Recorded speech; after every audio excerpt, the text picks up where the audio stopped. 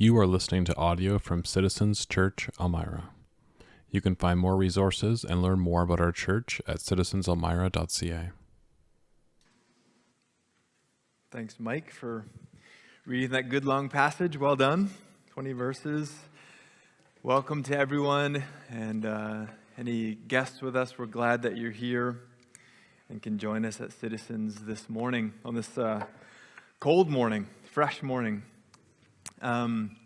We are in a return to Genesis. I don't know if those of you probably who've been here for at least a year or more, we did Genesis part 1 last year, where we started into the book of Genesis. And if you're familiar with the Bible, you'll know that Genesis is a big book. Like, it's massive. There's a lot to cover.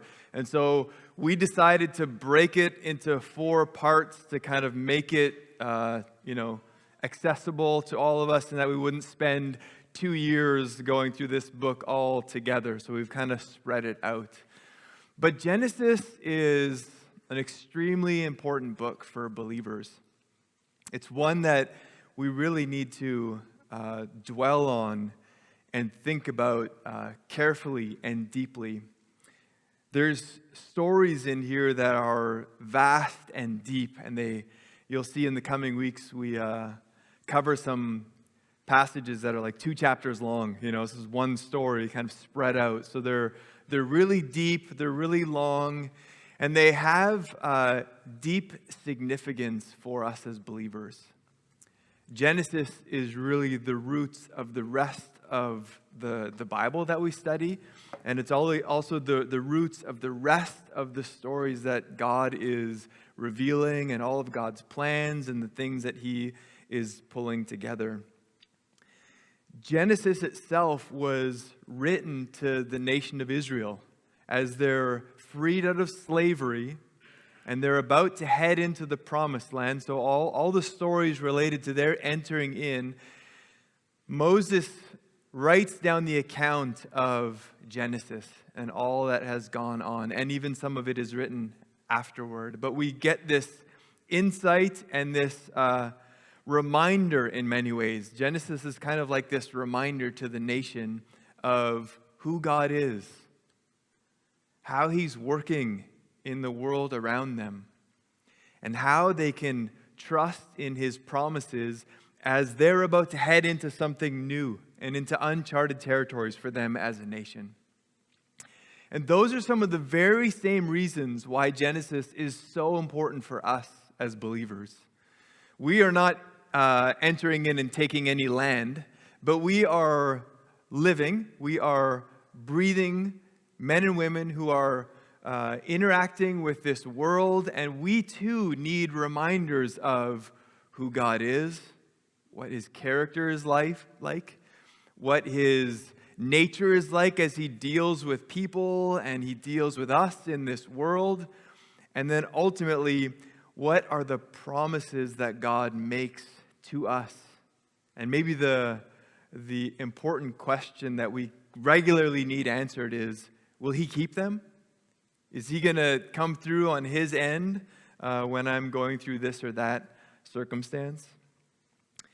This morning, we are looking at the beginning of Abram's journey. And if you remember part 1, chapters 1 through 11, we've kind of come up to the end of chapter 11 when things are a bit of a mess, okay? It's like it started great with creation in Genesis 1 and 2. We see all that God brings into the world, and sin enters in chapter 3, where brokenness affects every part of creation. Things become more difficult. There is a hardship that comes on humanity as they are existing on planet Earth now. But God gives a promise that He will bring about a resolution to this. He will bring some sort of salvation to His people. And yet the story just kind of descends into different and varying forms of chaos, right? Cain and Abel, murder enters into this family, and then the world is so dark and turned away from God that Noah and the flood, that whole story happens. And then even afterward, there's another kind of increase of mankind, but they all, rather than multiplying and spreading out and glorifying God, they all gather together with an aim to raise up their name before anyone who exists, to kind of make their name the center of the universe. And now we come to chapter 12, where we meet Abram, who is a man on a journey. And that's really what chapter 12 is capturing for us. Some lessons from a man on a journey. And I've got it here in 3 parts to help us kind of grab these 20 verses and make sense of them. They are a journey with a promise, a journey with a mission, and a journey with a stumble. Okay, that's what we're going to look at this morning. And let's look at a journey with a promise. I'm going to read these first 3 verses again. These are some of the most important verses, maybe even in all of the Bible. They are verses that are a massive shift for God's people and for our vision of what God is doing. Verse 1, now the Lord said to Abram, go from your country and your kindred and your father's house to the land that I will show you, and I will make you a great nation. I will bless you and make your name great so that you will be a blessing. I will bless those who bless you, and him who dishonors you I will curse, and in you all the families of the earth shall be blessed. These 3 verses, they almost come out of nowhere. Remember, I told you at the end of chapter 11, you're wondering, like, where is this whole thing going to go? Is this going in the right direction or not? But then here in chapter 12, and just at the end of chapter 11, you'll see if you look back, just at the end of chapter 11, that we're introduced to Abram as a person. He's part of the family of Terah, and originally from the region where Ur was, which is modern-day Iraq, and that's Abram's kind of homeland. And he's on a journey with his father, and it says that they get to Haran, which is like northern Syria, modern-day northern Syria, and that's where they kind of are when God speaks to Abram. God comes onto the scene, and for his own purposes and out of his own wisdom, he speaks to Abram and asks him to do something that is really difficult for all of us. He asks him to leave what is familiar to him, even to leave Haran, which is kind of not his homeland, but who knows how long he was there, to leave that place and to leave his family. Did you see that? He says, go from your country and from your kindred, from your father's house. The thing that it would have given him the most security, to be with his family, to be under his father's care, and to be around and in a place where he's familiar. Now God says, okay, you need to go. This is part of my vision for you, Abram, and for what I'm doing in this world. And I don't know if you've had that experience before. Maybe you have, where you've moved or you've gone somewhere. Even if it's maybe not totally, but even if it's a vacation, you leave and you go somewhere for a while, whether it's a week or 2 weeks, and by the end of those 2 weeks, what do you want? I just want to sleep in my own bed, let me get back home. But if you've ever moved away, you've really felt the unsettling nature of that. And I was thinking this week about when we moved to Africa and how on one hand exciting that was. We were in our 20s, and life was before us, so there was an excitement to that. But there was also all kinds of unease. It just kind of rattles your world to leave what you're familiar with and to go. To leave your family and to go. And this is what God is calling Abram to do. But he's not just calling him to do it without anything. He's leaving him here with promises. He says, Abram, as you go out now, here's what I'm going to leave you with. I'm giving you promises. And now the first promise is that where he goes, God would lead him. Did you see that there? He says, I will show you at the end of verse 1. So go, leave what you're familiar with, leave your family. But Abram, you're not just going blindly. I will lead you. I will show you where you need to go. God is asking Abram to do something that is very risky, very costly. But he says, as you go out, I'm with you.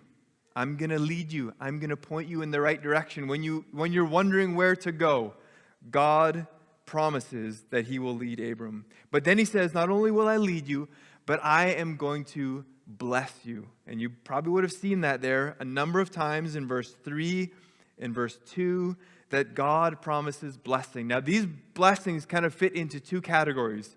One is that God would personally bless Abram.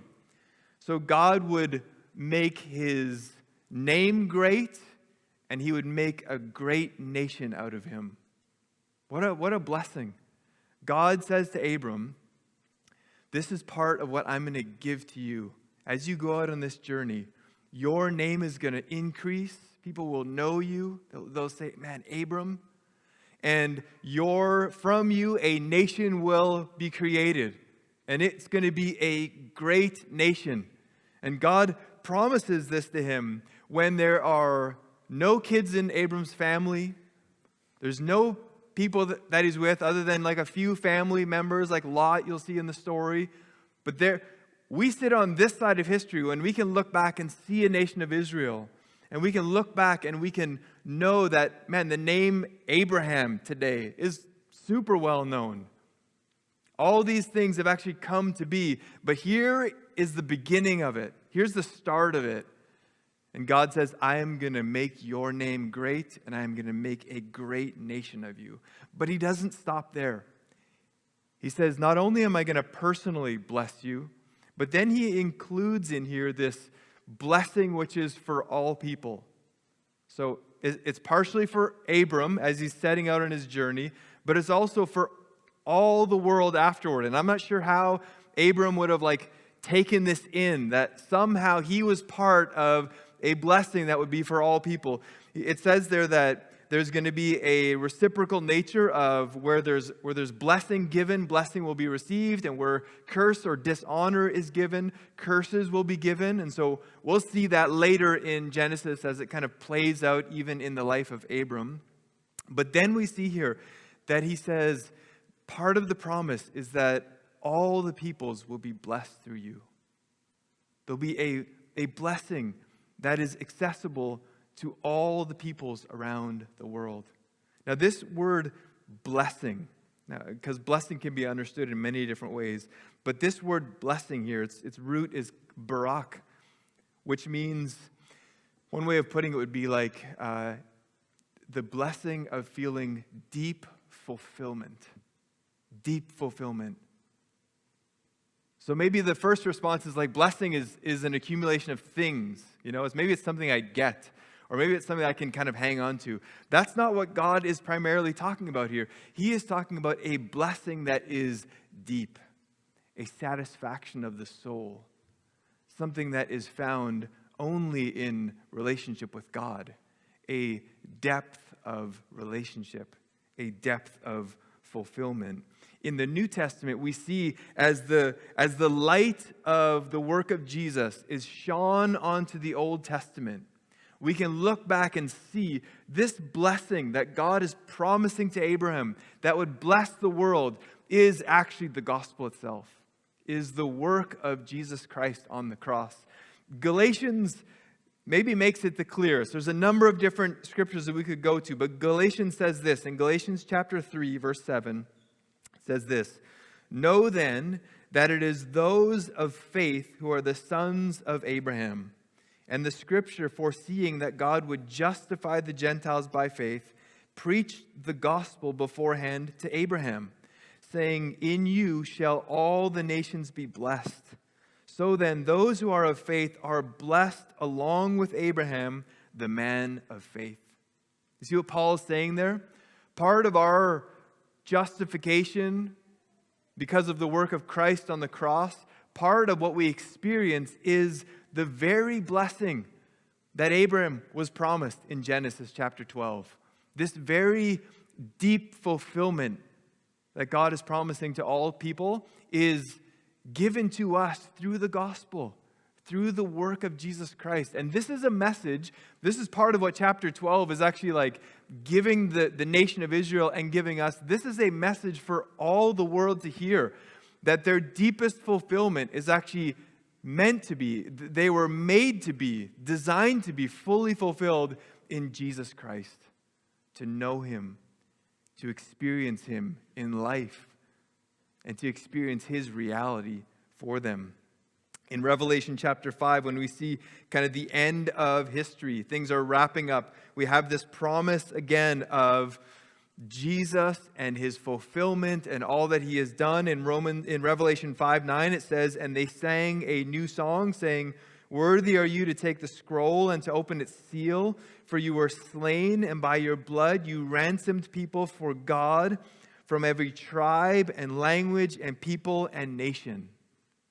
Representatives from all nations around the world experiencing the blessing of deep fulfillment in Jesus Christ. And this is the promise that God is giving to Abram as he leaves his country, as he leaves his people and steps out. And how is this going to happen? How is God going to actually do this?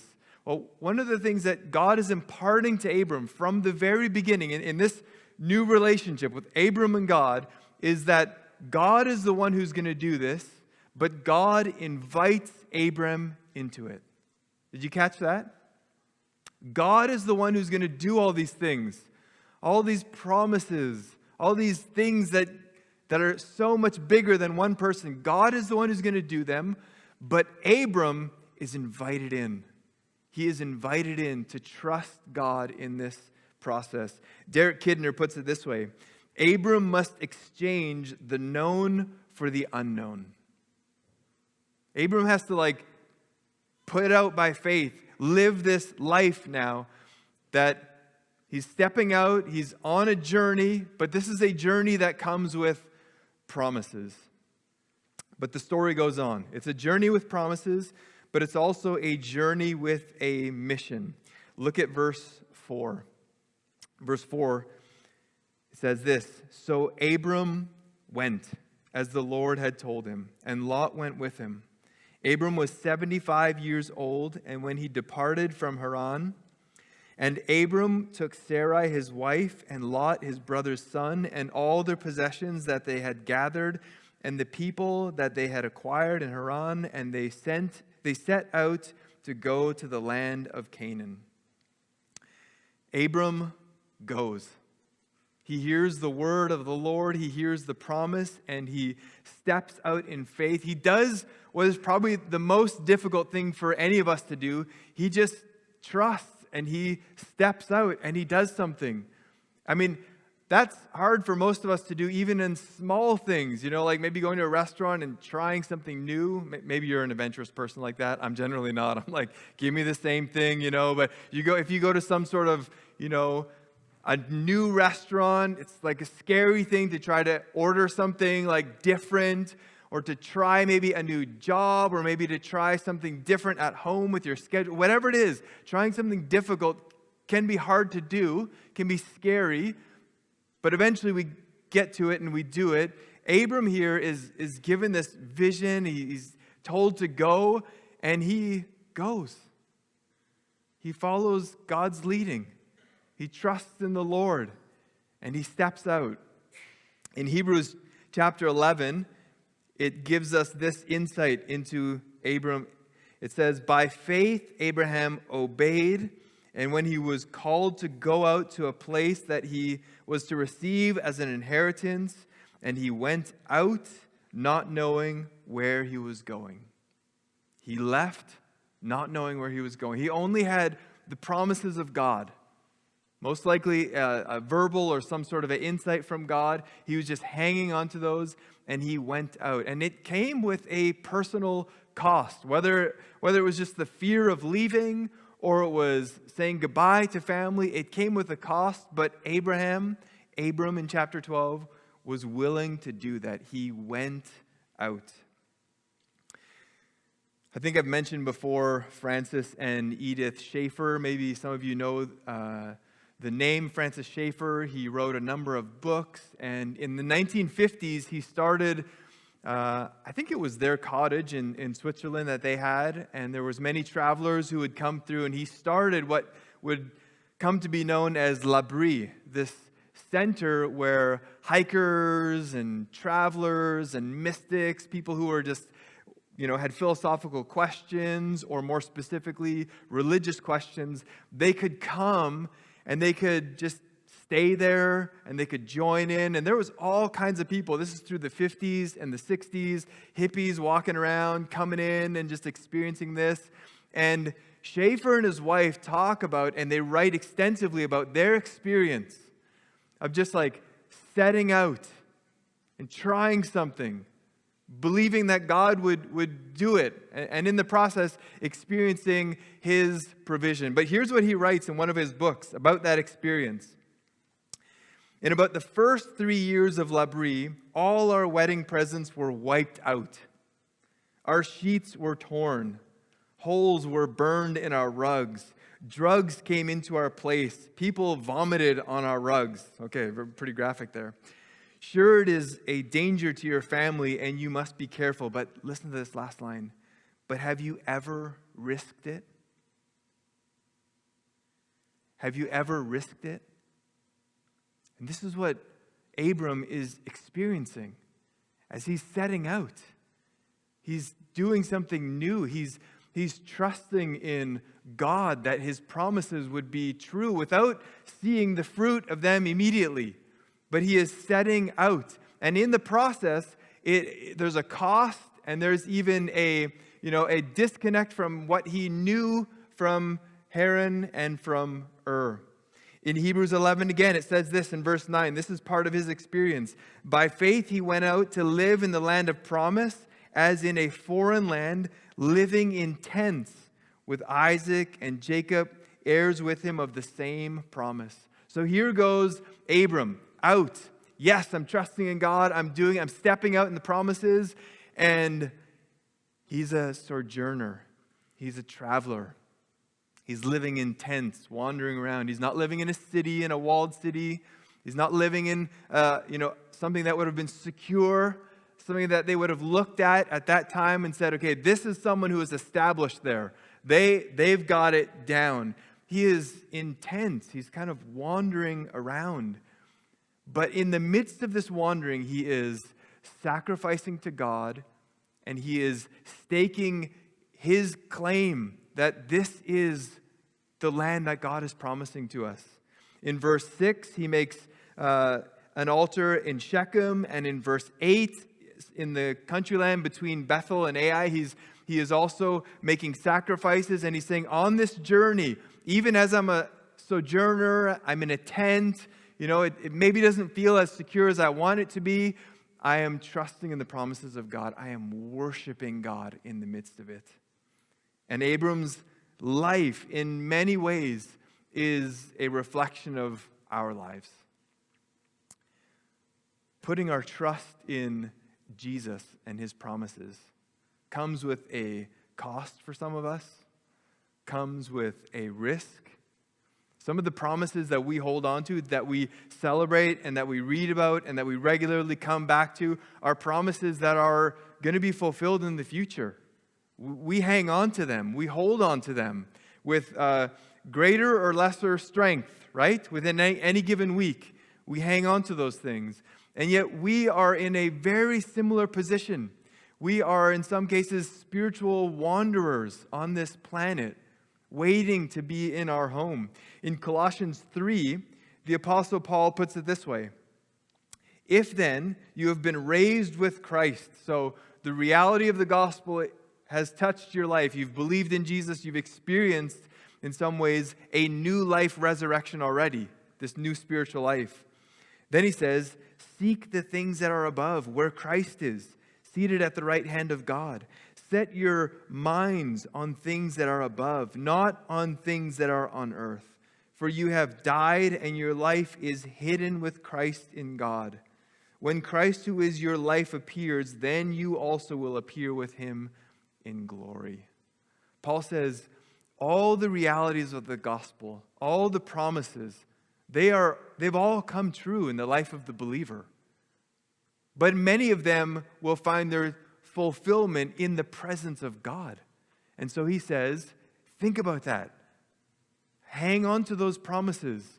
Worship God in the midst of your wandering in this world, so that you are spiritually secure before God. And even, not every church has this experience. We're going to have the experience as a church, love it or hate it, that we are going to be wanderers. We are also going to be, maybe not in a tent. Lord, please don't give us a tent, right? We're not going to be in a tent. We're going to be in another building or something. But we also, at various times, are wanderers in the physical reality of our lives. And for us as a church, it is very much our reality. And God's promise to Abram and God's promise to us is that his promises are real even in the wandering. His promises are true even when it doesn't feel secure. Even when you have to move out of a building. Even when spiritually it feels like things are a little bit rocky. His promises are true and they are good. And so he promises to Abram. He reminds him, and Abram responds as a worshiper. So, Abram was on a journey with a promise. He's on a journey with a mission, and he went out. I mean, he's the one who did it, You might think, okay, I'm not Abram. He did it. He's like the superstar, He's what we should all like. He's the one who we should all look to and just be like in awe of. Abraham is held in revere by billions of people around the world. Jews revere him as one of their, major prophets. Islam reveres Abraham as a major prophet, and Christianity reveres him as a significant person. And so it's very easy for us to look at Abram and say, this guy had it together, man. Like, this guy knows what he is doing. When I do marriage counseling with people, one of the things I have them do is this really big survey. It's like a couples survey. Maybe some of you have done these before. You do this massive survey. It's supposed to take like an hour to fill out. If it takes you only 10 minutes, that could be a problem, okay? It's supposed to take like an hour to fill out.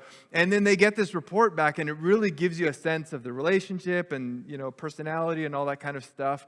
But one of the things that they put in there, specifically for those who are kind of leading this discussion, is they put in this note saying, just so you know, all this data is skewed.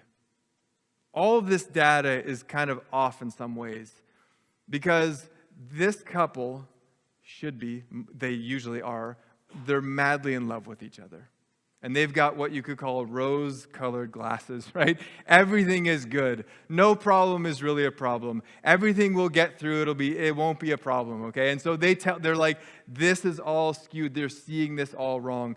And this is the case with many of the ancient people of faith that we look to, especially someone like Abram. We think, man, this guy was amazing. He did it. I can't step out in faith, but he did it. But then we come to verse 10, don't we?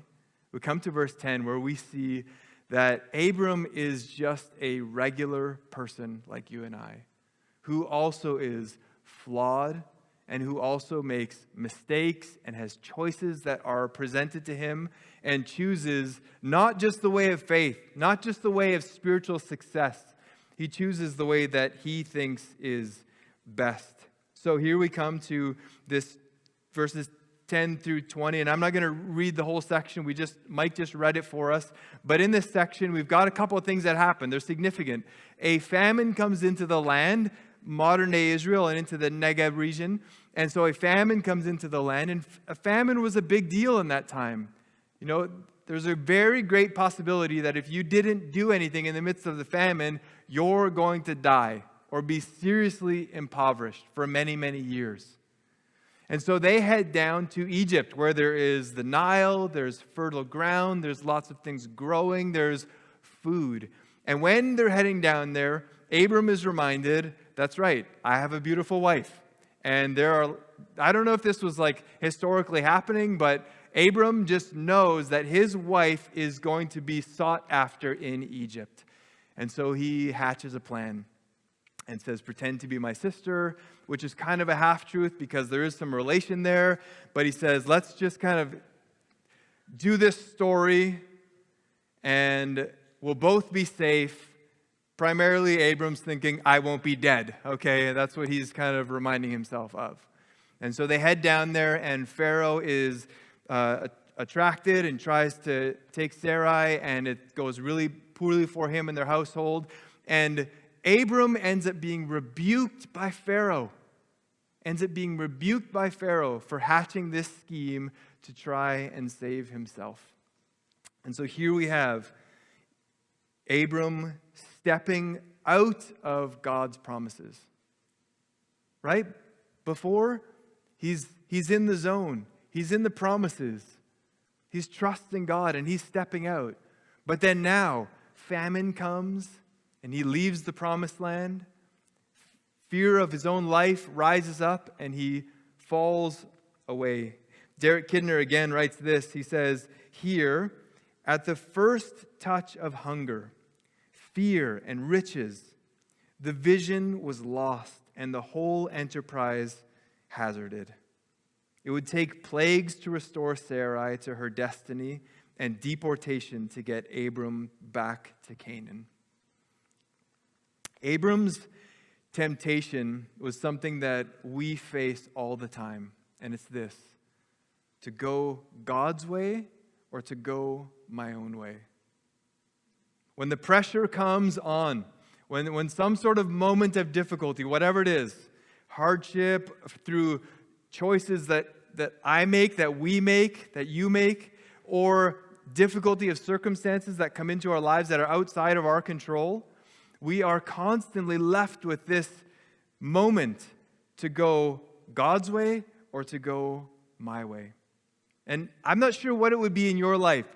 Whether it would be, when hardship comes in, maybe, you're doubting your salvation. You're doubting the promise that God can fulfill all that needs to be done in salvation. And so, rather than trusting in his promises and going back to his word, you're just like, okay, I need to muster up a better life. I got to do things better. God needs to be more pleased with me. I need to be more consistent at church. Maybe I need to read my Bible more. Got to get on that 1-year plan. I'm a little late, but you start mustering up all these things. Our own road, our own decisions. Maybe it's discouragement in life. And you're like, how could this be God's plan for me? So you start mustering up a new plan. You got to just drawing up new plans. And there's nothing wrong with new plans in life, but just like Abraham, rather than going to God and trusting in his promises, seeking him, Abram was like, I got my own plan. We're going to Egypt. I'm going to keep myself safe. God's going to provide in that way. And he tries to make his own situation work. And God eventually has to bring him back to his promises. But the beauty of this story, the wonderful thing of verses 10 through 20, is that it reminds us that God works through weak people. That God's grace is there for people who choose their own way at times, who choose their own wisdom often. Because all along the way, as this story continues, you'll see that Abram messes up at different times. There's more stories that are going to come, but God does not renege on his promises to Abram. God stays true to what he has promised. And he continues, get this, he continues to invite Abram in. And the story will continue with Abraham and Sarah. And he continues to invite them in. And listen, here's the beauty of it. God continues to invite us in with a word of grace, a word of hope. Promises that are fulfilled in Jesus. Our promises are not anchored to Abram. He was a flawed individual, as flawed as we are. But he reminds us that though we are flawed, the grace of God extends. And our promises are linked to Jesus, who was faithful to the end, who in his mission on this planet gave everything he had in just the right way so that God's will and his purposes could be accomplished. Our faith is on the anchor of Jesus Christ. It's not on the strength of our faith. And you've maybe heard this before, but the object of our faith is all that really matters. And so this afternoon, if you happen to find yourself outside, if you're one of those people that like to do things outside, and you're walking on like a pond or a river, I wouldn't recommend you do that, okay? But just hang with me here on this example, okay? If you're walking out on a pond or a river, the amount of faith that you have really makes no difference for whether you're going to stay on top of that water or be in the water, right? That's pretty basic. Whether, if the ice is this thin and you walk out with the greatest amount of faith that you can ever muster up, you're just like, this is the most faith I will ever have. This is the peak of my faith. And you walk out on that ice, you're going in it, baby. You're going in the water, okay? Because it is the object of our faith that really makes the difference. The faith, whether it is great or small, is in something. And Abram reminds us, these verses of his failure remind us that the object of our faith is secure. That God is the one who holds the promises. God is the one who fulfills them for us. This week, just for fun, let me close with this. I just happened to ask ChatGPT a question. Did you do that this week, maybe? I asked ChatGPT, what is a good example of faith? That was all. I didn't say from the Bible. What is a good example of faith? Here's what ChatGPT told me. A good example of faith is the story of Abraham from the Bible. I was like, okay, that's all I need to read, That's pretty good. But, asking ChatGPT reminded me of that because ChatGPT is it's a thing, right? It's a computer program. It feels no connection to the story at all, but it does know that stories are important. Stories matter. Maybe that's why we love movies and TV shows and reading books. But this story is important. And J.R.R. Tolkien, who's famous for writing Lord of the Rings, who was also a believer, knew that stories were also important. And he said, we all need stories. We need imaginative stories. Stories filled with castles and fairy tales and all these different kinds of stories. He said, because they capture our imagination. But he also said, there is only one story. One story. And he called it the story, which is and was the gospel. And the reason why it is the most important story is because it is the story that is the true story. It's the story that gives us the reality of why we're here, why we exist, and who it is that will hold together all the promises. When life is crumbling, when our choices are wrong, when our choices are right, it is this story, the story of Jesus Christ, that will hold through the ages. And Abram reminds us this morning, and we sing together regularly this reminder that he is the one who is faithful. Jesus Christ will hold the promises so that we too can walk our journey, however many days they are on this planet, glorifying God. Let's pray together. Lord, we thank you for this story, amazing story of your provision for Abram, his family, and for the reminder that we have this message of the gospel of Jesus Christ that has touched our lives, that touches us deeply, and is a message for the world to know and the world to hear. And you invite us into this journey with you, to follow you, to know you, and to share this message with others around us. In Jesus' name we pray. Amen.